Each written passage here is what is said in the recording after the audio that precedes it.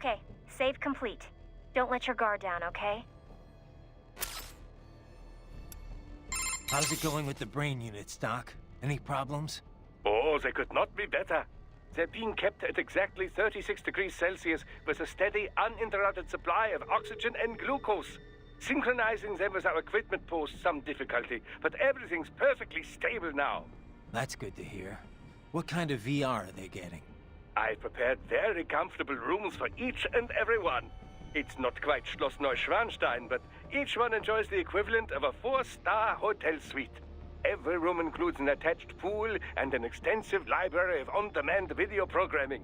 3 meals are delivered daily, and while we're only able to do so much vis-a-vis taste sensation, it should satisfy the psychological need for food, at least. Doesn't sound too bad. I wouldn't mind a little VR training like that for a change. Oh, be my guest. I'd like to experience it for myself, you know, but for now it is available to cyborgs only. Exciting work is being done in the realm of invasive brain-machine interfaces, but there simply isn't much demand for it at the moment. I guess not too many folks are willing to stick electrodes in their brains just for a taste of VR. Perhaps, but the sense of reality is considerably improved over nanomachine-based non-invasive methods. If prices were kept low enough, I imagine the video game industry at least would clamor for it. Who coded the virtual hotel? An assistant. He used to write VR programs for UGs, but now specializes in cyborg software. A bit of a niche right now, yes, but when brain-machine interfaces take off, it will be a big business. The children's accommodation is a reworked version of the original beta software he built. The room's 3D models are all made using free libraries. It couldn't have been easier. I wish everyone loved their work as much as you do, Doc. They don't go stir-crazy, though? Cooped up in their rooms? There's little I can do about that. Creating an open world would take orders of magnitude more resources. What about communication? Another weak spot, yes. The NPCs available to us are all for military training purposes. It will be some time until we see VR characters capable of convincingly human interaction. Sadly, we're also not yet able to connect multiple brains to a single VR space. My assistants are operating virtual agents to give them a bare minimum of mental care. But our team is limited in size, and none of us are medical professionals, you know. They can't stay in there forever. I have reached the Japanese garden. Please continue on your way.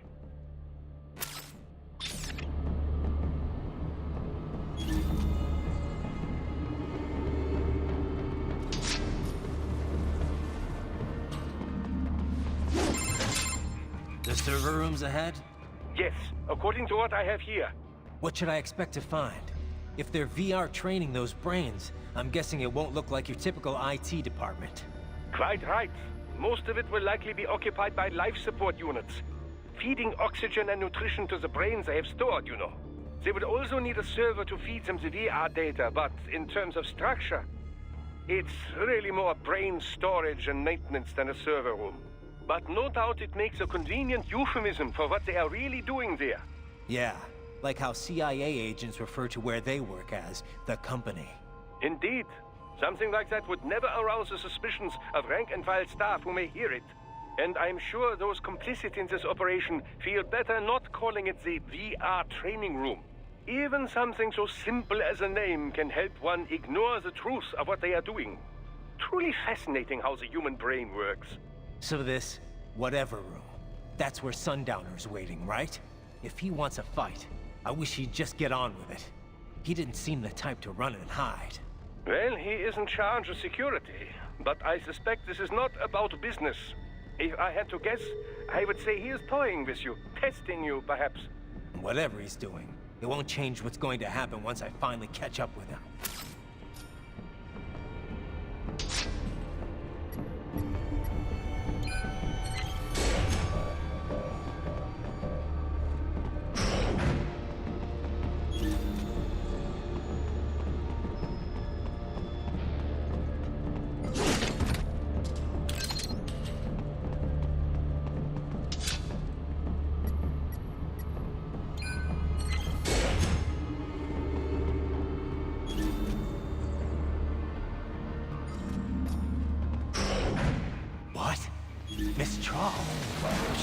No? their body, if I had to guess. That's controlled by an AI.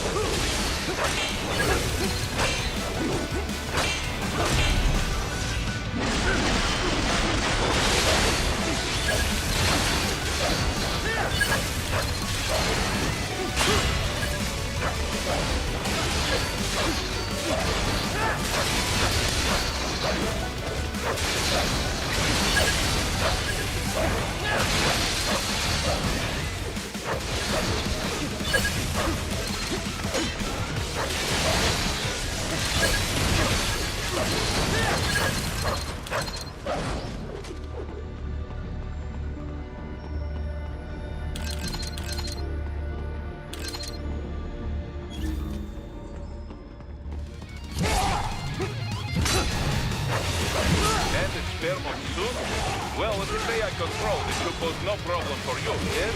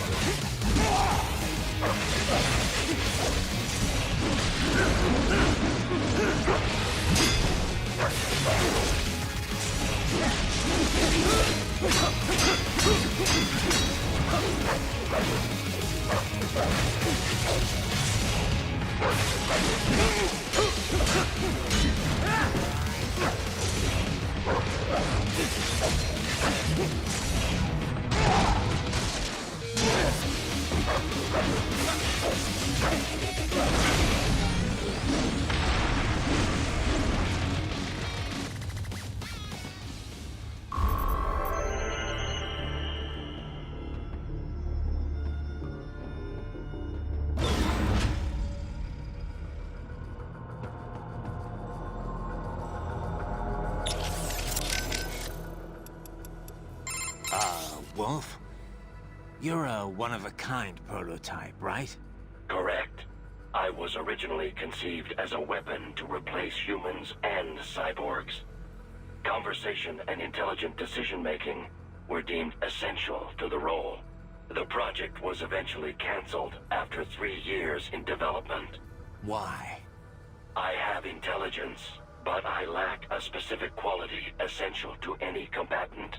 What's that? Brutality. I am not human. Thus, I lack the brutality inherent to humanity. I was shut down, then revived, apparently on Sundowner's orders. Sundowner? But what's he want with you? Unknown. A manifestation of his sense of humor, perhaps. As a machine, I am more sensitive to my fellow man than an actual fellow man. This amused him. Guy has an odd sense of humor. What's up? Okay, save complete. Don't let your guard down, okay?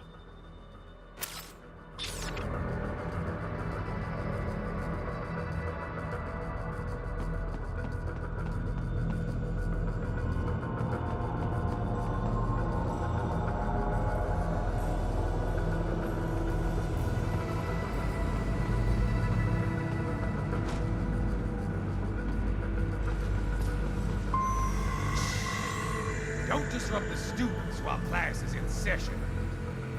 I believe you're familiar with the lesson plan.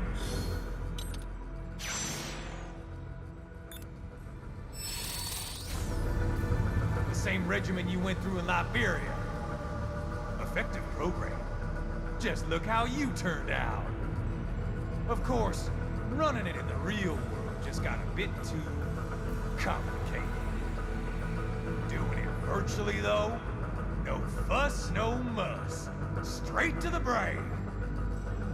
It's like a dream. Well, maybe dream is the wrong word. They do kill some POWs, some civilians.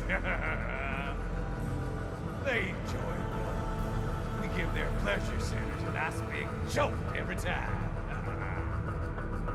Plus, they get a shiny new body as a graduation present.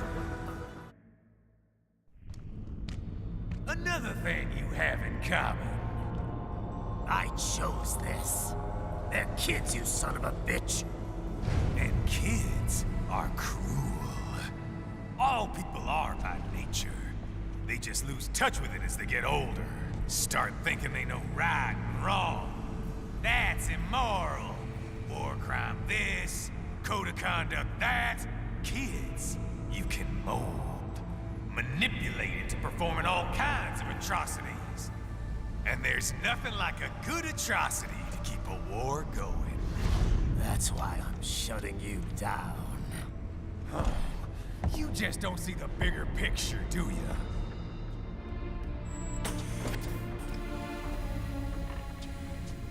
Say you bring this whole place down. Waltz out of the rubble with all these precious brains. Nothing changes. All the guys in charge are long gone. We've got offices around the world.